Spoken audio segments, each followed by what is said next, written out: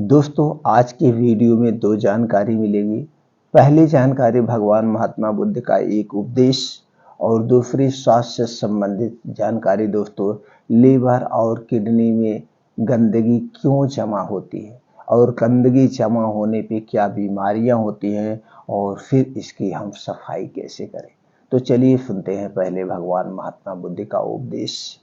एक दिन भगवान बुद्ध के शिष्यों में त्याग और लोभ जैसे विषयों पर चर्चा हो रही थी। काफी देर चर्चा के बाद किस शिष्य ने उनके सभी शिष्यों ने किसी निर्णय पर नहीं पहुंचे तो सब लोग मिलकर भगवान महात्मा बुद्ध के पास पहुंचे। बुद्ध उनकी समस्या का समाधान करते हुए बोले, किसी नगर में एक सेठ रहता था। उसके पास बहुत सारा धन था। उसकी तिजोरियां हमेशा मोहरों से भरी रहती थी, लेकिन उसका लोभी मन नहीं मानता था। जैसे जैसे धन बढ़ता जाता था, उसकी लालसा और भी बढ़ती जाती थी। सेठ बहुत ही कंजूस था, कभी किसी को एक कौड़ी भी नहीं देता था। यदि कोई उसके दरवाजे पर आकर हाथ फैलाता तो वह उसे दुत्कार देता था।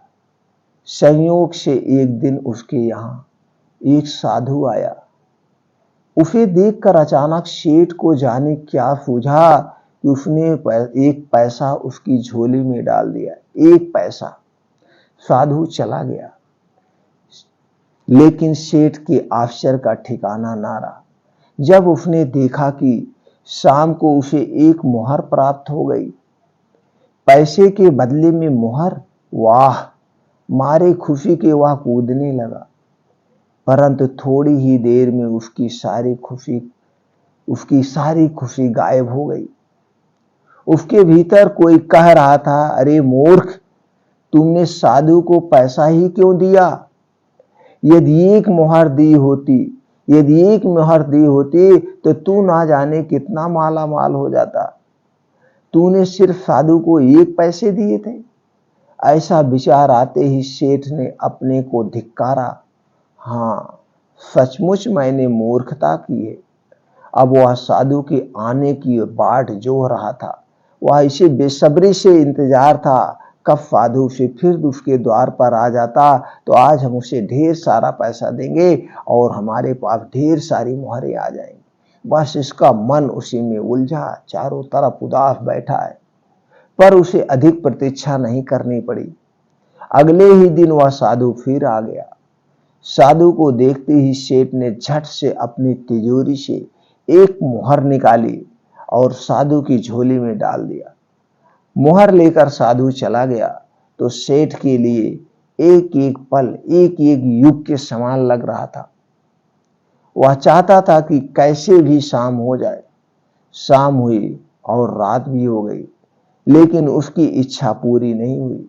मोहरें मिलना तो दूर, हाथ में आई मोहरें भी चली गई। वह फिर ढूंढने लगा। तभी आकाशवाणी हुई, सेठ, याद रख, त्याग फलता है, लोभ छलता है। कथा सुनकर शिष्य त्याग और लोभ का मर्म जान गए। दोस्तों, इस छोटे से उपदेश से आपको क्या ज्ञान प्राप्त हुआ, हमें कमेंट सेक्शन में जरूर बताइएगा।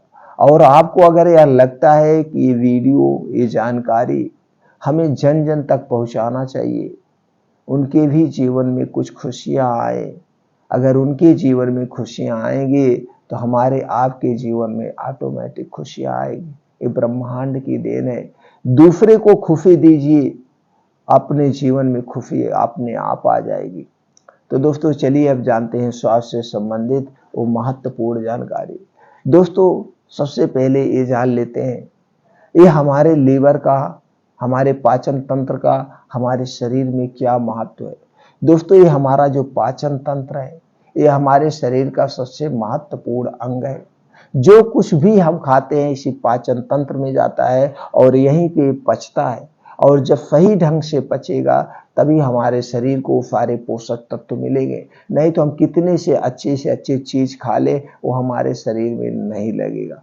आप समझ गए ये क्यों।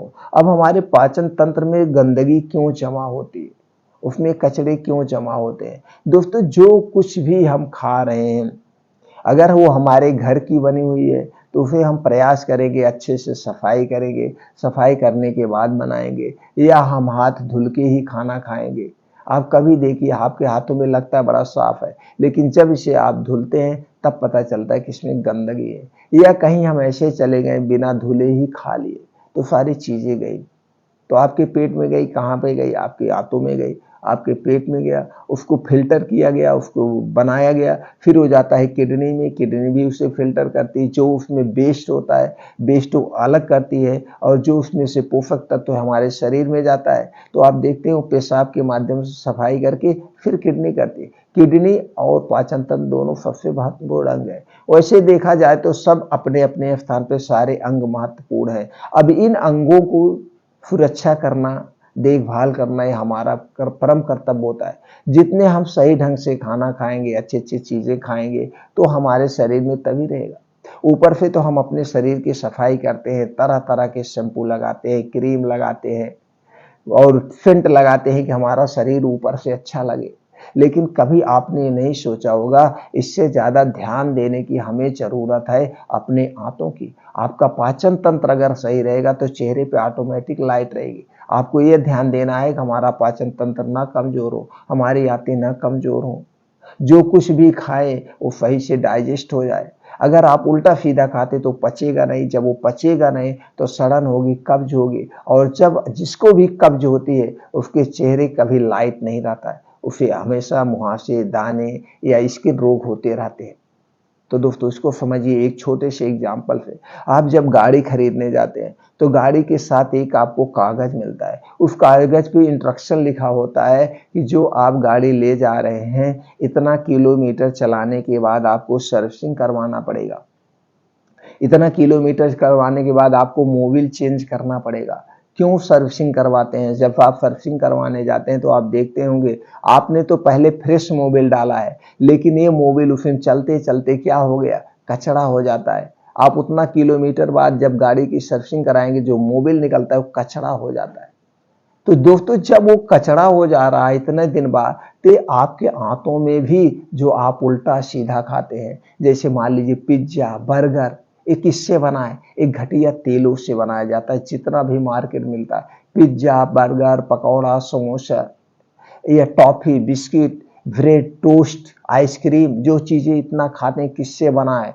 दोस्तों, मैदे से बना है, चीनी से बना है, ऊपर से दोस्तों रिफाइन या डालडा में छाना जाता है। इसमें कुछ बेस डाले जाते हैं हमारे स्वाद को बढ़ाने के लिए, और क्या आर्टिफिशियल कलर डाला जाता है। जब आर्टिफिशियल कलर हम खा रहे हैं, वही कलर, चलिए आर्टिफिशियल कलर डाला जाता है, अभी और बताते हैं। फिर दोस्तों, जैसे बना है अब इसे 1 साल के लिए सुरक्षित किया जा रहा है, 6 महीने के लिए सुरक्षित किया जा रहा है, यानी 6 महीने बाद हम बिस्किट खा रहे हैं, 1 साल बाद आइसक्रीम को हम खा रहे हैं, उसपे देखिए 1 साल की एक्सपायरी पड़ी होती है।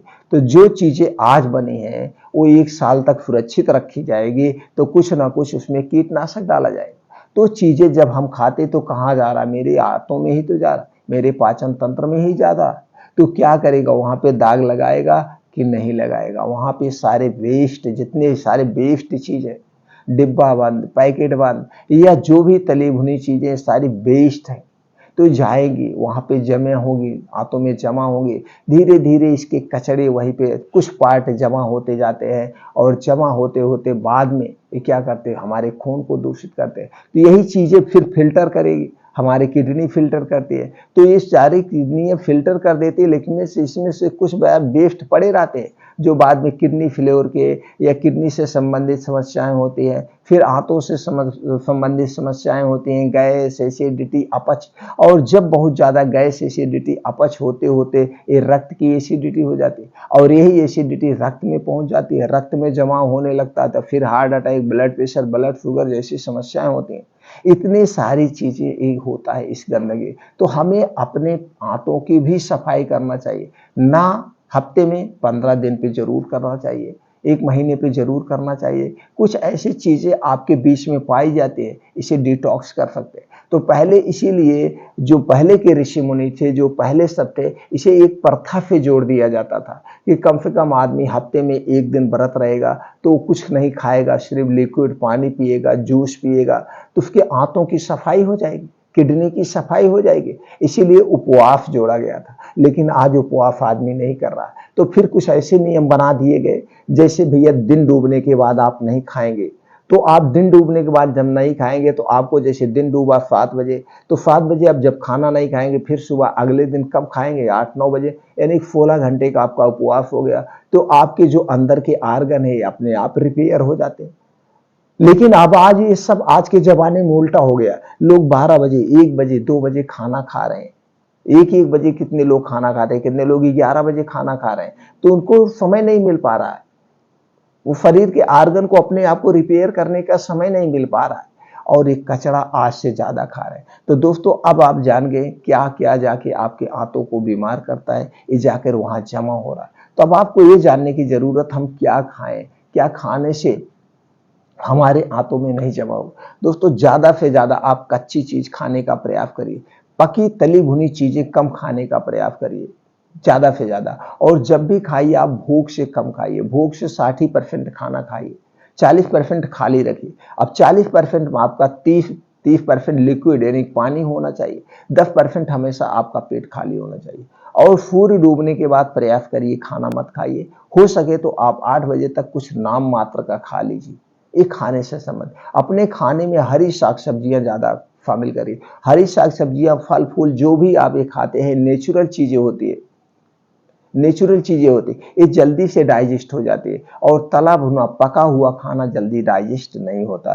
तो हरी साग सब्जियां खूब खाइए, फल फ्रूट्स खाइए, ओट्स खाइए, दलिया खाइए, फाइबर वाले खाना खाइए, मल्टीग्रेन आटे का प्रयोग करिए, मिक्स दालों का प्रयोग करिए, ये ज्यादा से ज्यादा प्रयोग करिए। दोस्तों, प्रयास ये करिए आपका खाना सात्विक होना चाहिए, आपका खाना सात्विक होना चाहिए, और आपका खाना 70% सजीव होना चाहिए, 20% निर्जीव होना चाहिए, 10% हमेशा खाली होना चाहिए। निर्जीव में जितनी आग पे पकाई जाती है, ये सारी चीजें निर्जीव है, और जितनी चीजें आप कच्चे खाते हैं ये सजीव है। तो जैसे सलाद ज्यादा से ज्यादा प्रयोग करिए, अनाज का प्रयोग 24 घंटे में सिर्फ एक बार ही प्रयोग करने का प्रयास करेंगे, तो आपका पाचन तंत्र हमेशा स्ट्रांग रहेगा। अब तो ये चीजें हो गया, अब इसको दोस्तों हमें डिटॉक्स करना है। तो महीने में नहीं तो 6 महीने में, 3 महीने में एक बार जरूर ये डिटॉक्स करिए। आज जो हम आपको बताने वाले हैं दोस्तों, जिसे हम कहते हैं सफेद कद्दू, या जिसे हम पेठा कद्दू कहते हैं, इसी का पेठा बनता है। ये आपको बड़ा सस्ता है, बड़ा आसानी से मिल जाएगा, और सब जगह मिलता है। तो इसका प्रयोग करना था। सबसे पहले हम जान लेते हैं इसमें क्या क्या पाया जाता है। इसमें दोस्तों प्रोटीन, वसा, carbohydrate, fibre, vitamin C, antioxidant, calcium, potassium, phosphorus, iron, magnesium, vitamin A व अन्य ऐसे छोटे मोटे बहुत सारे तत्व पाए जाते हैं। इसका कोई साइड इफेक्ट नहीं, बस आपको ये प्रयोग करने का तरीका होना चाहिए। तो दोस्तों, इसे कब लेना है, रोज सुबह। कितना लेना है, 200 ml। अब आप कद्दू लाइए, ऊपर का मोटा छिलका हटा दीजिए, हटाने के बाद इसका आपको जूस निकाल लेना है। जूस निकालना हर एक माताएं बहनें जानती है, किसी को जूस निकालने के बारे में नहीं बताना है कि किस तरह से जूस निकलता है। जूस निकाल लीजिए, जूस निकालने के बाद रोज सुबह इसे खाली पेट पी लीजिए।